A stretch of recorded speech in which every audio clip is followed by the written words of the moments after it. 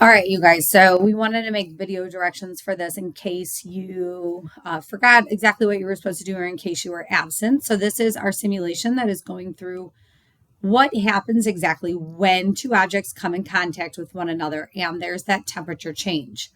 If you remember from the science of heat reading that we had just done on Monday of this week, we know that when there's a transfer of heat, remember, heat is that energy that's moving from object to object. They will continue to transfer energy until they both have the same temperature. That's what we call equilibrium. So we're kind of looking at that idea today as we go through our simulation. So to start, you're going to investigate two different claims about why molecules change speed. So you have a couple of different things. You're going to open up or look at these claims and you're going to check which one you want. And then we're actually going to test it out. So our investigation question says, why do molecules change speed? So we have claim number one, that molecules speed up when energy is created and slow down when energy is destroyed.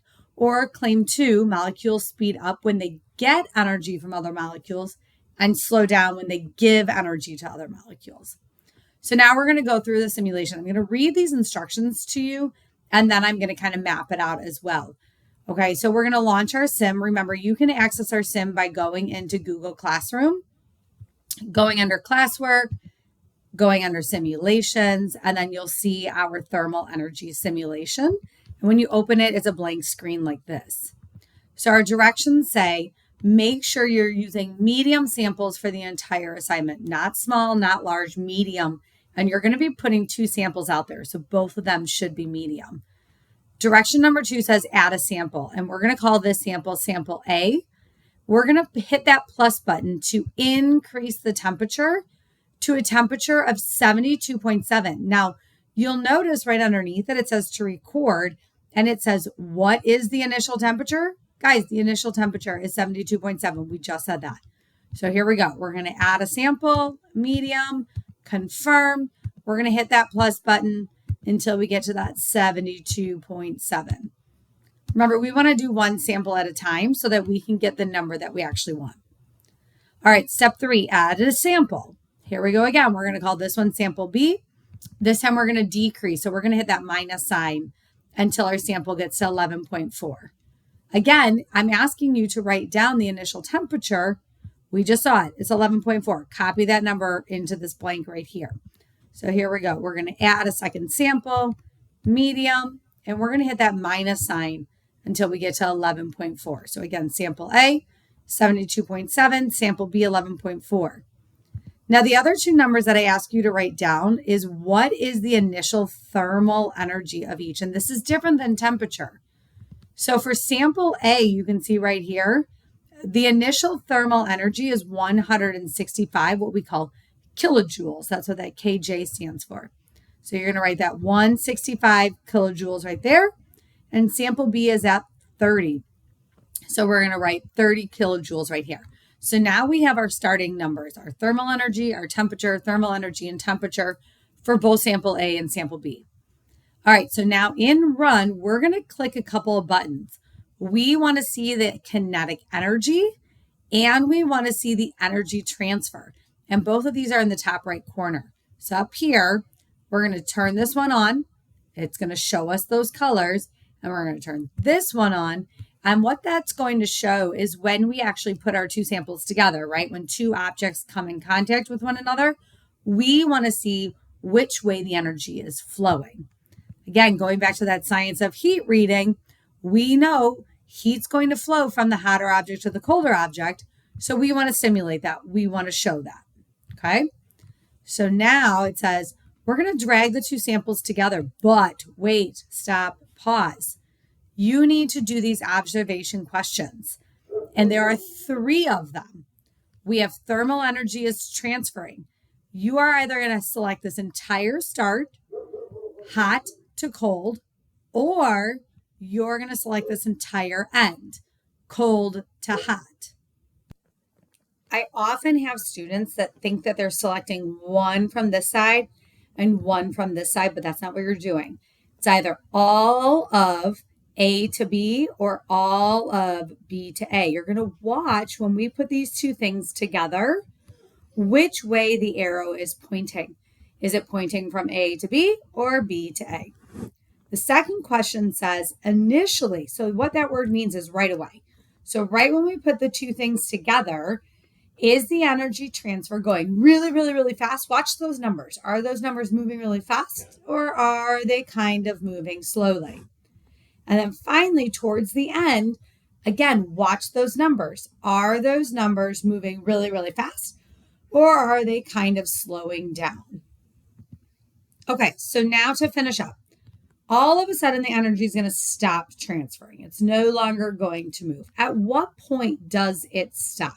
Be specific, provide those numbers, okay? Once that energy transfer is complete, open, analyze. You'll know it's complete if you go back to that science of heat reading, right? We know it's complete when they try to become that same temperature. That's what we call equilibrium. So after it reaches that point, you're going to open up analyze, and you're going to flip this paper over, and we're going to fill in our data table. This is probably the trickiest part. For our data table, you already have you have these two numbers and you have these two numbers. All the way up at the beginning, number 2, we got the initial thermal energy of A. We got the initial temperature of A. All you're going to do is copy those numbers down. Initial thermal energy, initial temperature. And again, for number 3 up here, we got the initial thermal energy of B, initial temperature of B. Copy those numbers down here. So you're going to fill in those blanks with the numbers we put at the top. This box here is an addition problem. You're going to do math, okay? You're just doing addition.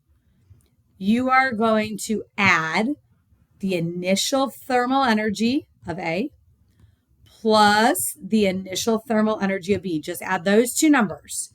So again, you're going to add this number plus this number, and you're going to write the answer here.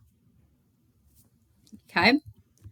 Now, for the bottom row here, you needed to have waited until your objects got to that point where energy was no longer transferring.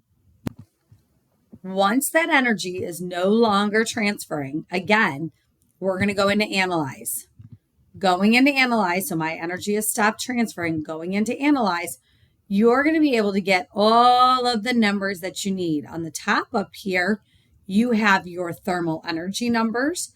On the bottom down here, you have your temperatures. A is in purple and B is in green. So again, you'll go into this data table. Final thermal energy for A is in purple. Final thermal energy for B is in green. Final temperature is down below in purple. And final temperature for B is down below in green. Now, again, we're going to look at that total energy in the system. We're doing a math problem one more time.